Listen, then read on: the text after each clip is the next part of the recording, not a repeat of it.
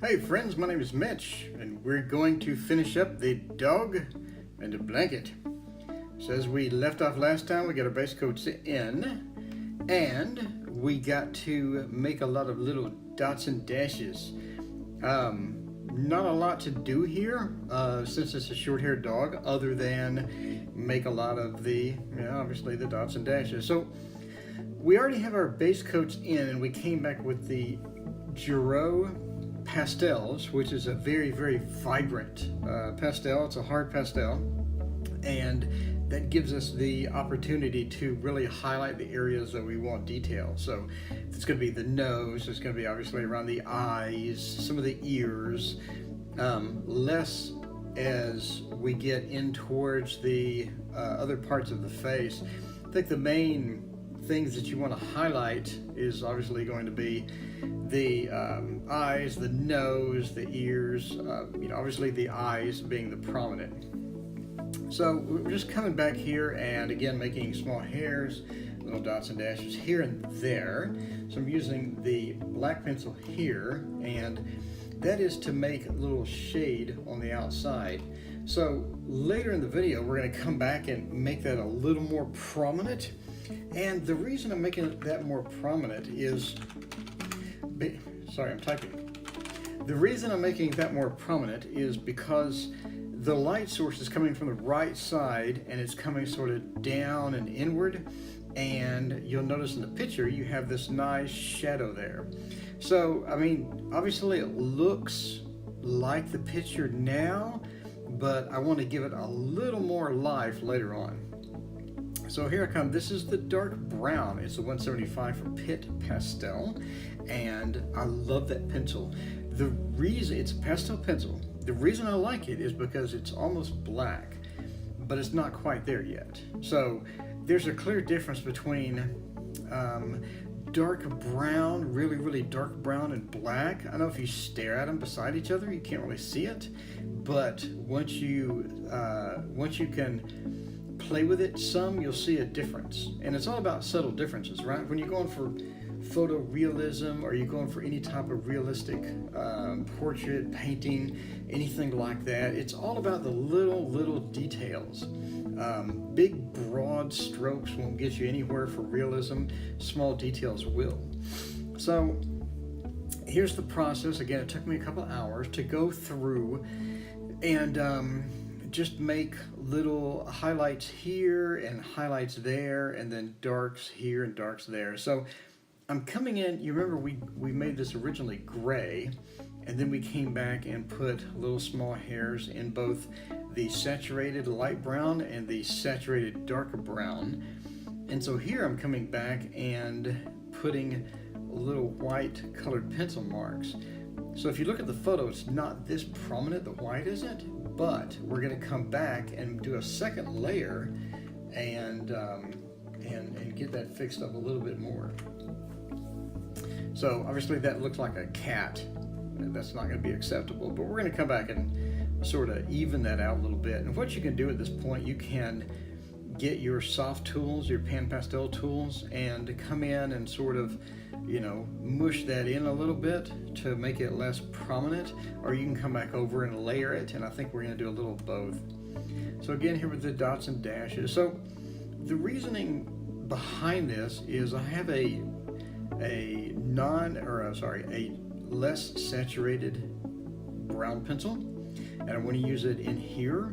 And again, saturated is when the color is moving more towards gray, so it's not really bright in your face brown. It's more of a subtle brown, and that's what I want. The whole painting, pretty much the whole drawing is a lot of subtleties. So if you can get a little more subtlety in there, then good for you. So here I'm coming back in with the Giro pastel. I'm getting a little more of that saturated color. At this point, I thought I could use a little saturation. Not like a lot. You don't want to put bright red in here or something like that. But I mean, look at how the eyes, look at how the nose just sort of jumps out now. It really helped it out. So it's a big deal. So now, I need to type more. Okay, so now coming back in, doing little bitty details, touching it here and there with the dark, and then I'm coming back in with the white. So we already had white, it was a bit too much. I'm coming back in with a little more white and putting it around the edges. So again, once you mash this down, once you blend this out, it looks a little better. Right now it looks like he has a disease. So here we come with the soft tool and we take the diseased look away a little bit. And then we can come back in with some more pastels later and make it look a little better. So here we just want to make some darks. So I'm getting this dark brown. Again, that's Pit Pastel 175. 2 Pit Pastels you need, pencils. You need 175 and 199. 199 is a black. And I like Pit Pastel. I know everybody says Carbothello, and that's mostly what I use, right? But I have a couple of Pit Pastels I can't live without. One is a 175, the dark brown, another is a 199. What I like about Pit Pastel is it maintains a sharp edge for a lot longer, and it's a little thicker, and it just feels better. In other words, if I'm making small little details, I need a razor sharp pencil, I'm going to go to my Pit Pastel 199 or 175. So here when I come in, I want some highlights, and you want to press really light here. You can make a huge mistake by pressing hard with this colored pencil. So this is a colored pencil that doesn't dump a lot of wax. So doing nice and light, again dashes, you don't make any hard lines. A hard line is not going to be your friend with this kind of stuff.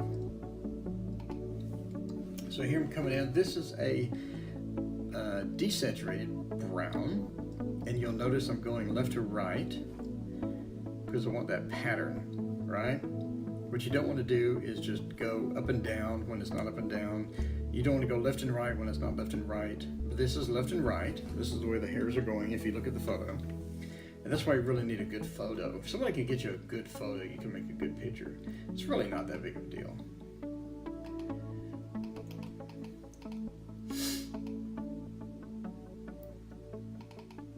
All right, so here I'm coming back in. I just want to darken the area up there a little more. When I looked at it, it's one thing you want to do when you're doing this type of drawing. At certain stages, you want to take a break. Just walk away from it for a couple hours, overnight, something like that, and come in with fresh eyes and compare it to the drawing. And this is for realism. If you're doing fun stuff, don't worry about this. But what you want to do is you come in a couple hours later, go eat, work out, come back, and take a look at it with fresh eyes and say, what's missing? Like, is this area darker, too dark? Is this other area, is it too light? What's missing?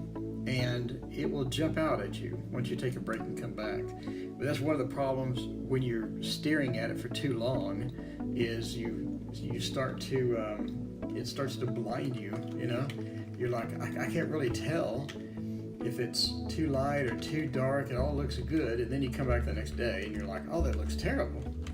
So that's definitely one, definitely something you want to pay attention to. I'm typing more. Okay, so now we're coming back in with the brown, pretty much doing the exact same thing. And now, here we go, starting sort of getting ready for the blanket. First thing you want to do is you want to create a shadow. You don't want a dog to look like he's, part of the blanket, or the blanket's part of him. You want to get separation, and the get separation is going to be through shadow, right? So here I'm coming in, I'm sort of just getting ready. I mean, the dog's pretty much done at this point. So later I came in and sort of smoothed out the nose area a little bit around the nose because, again, it looks too white. But here just want to start getting prepared for the blanket. And that's going to be get the separation, get the shade, and then finish up the ear.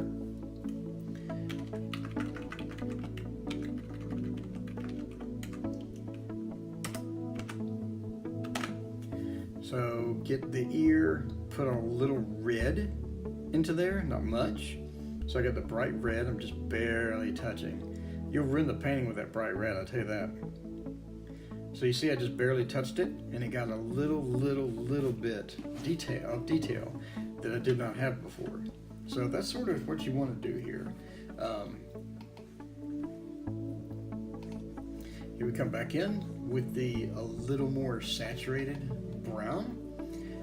And then here we come with the other, a little more saturated brown. And we're just getting a little more detail, a little more darkness. It's one thing you don't want to do, is what I'm doing now, is come back to the same area like 4 or 5 times. Because that's what I ended up doing. And the reason I did that is because it wasn't dark enough. And when I came back in the next day, I was like, man, the whole painting is just one big gray tone. And that's not what I want, right? You can't really have a painting if you just have all this just solid gray tone throughout the entire thing. So you want to be very, very careful with that. And get your darks when you need darks, get your lights when you need lights. If the whole thing is just sort of one big mid-tone, you know, one big sort of gray looking thing, then you're probably gonna have an issue. So here we have, again, getting the darks in there. Paintings are all about the darks and the lights. If you're doing a landscape, what you don't want to do is have really dark areas, because it'll pull your eye, nor really light areas. You want to have a limit. But if you're doing a pet, you want to have those darks. You gotta have the darks. A pet without the darks doesn't look good. So here I'm coming back, I'm putting little hairs on the outside of the face, give it that realism. All right, so here we go. Let's start the blanket. So already, you know, in reality, I could have left the background as is because it sort of looks like a blanket, but we're going for a little more realism, okay? So how you're gonna do that is we're gonna get this dark brown, and we're just gonna lightly go over in the patterns. So just like the dog, when you have a blanket or you have some sort of a surface that you're trying to replicate, you'll see the blanket, the pattern goes up and down on the left side. It doesn't go left to right, it goes up and down, okay? So that's what you want to do. You want to get, you see the blanket almost has hairs. It has little bitty areas that are coming back down, little bitty areas that are coming back up. It has some shade here, it has some darkness there. So what I'm doing is coming in and lightly doing it with a pencil and coming back in with a white. And the white's going to give it the raised areas, and the dark is going to give it the sunken in areas. So I'm coming back in with a white, and again I'm going the direction of the fold of the fabric. Very important, direction of the fold of the fabric. So again, lightly pressing with a super sharp pencil. Then coming back with a soft tool. You can use a makeup applicator or whatever. So it's not good enough to have just the darks. It's not good enough to have just the light. You need the combo. So now you'll notice I'm using a brown, and you're like, wait a minute, that's like a black and white more or less. Why are you using a brown? Because if you have a color in one part of the painting, if you can get that color in the other parts of the painting, you'll benefit. It'll look better. It'll have a harmony to it. And so that's what you see in the picture. You'll see these reddish areas on the left. Look on the left side of the photo reference. The reddish areas over there, the brownish areas over there. And that's a reflection from the dog into the blanket. And you want that.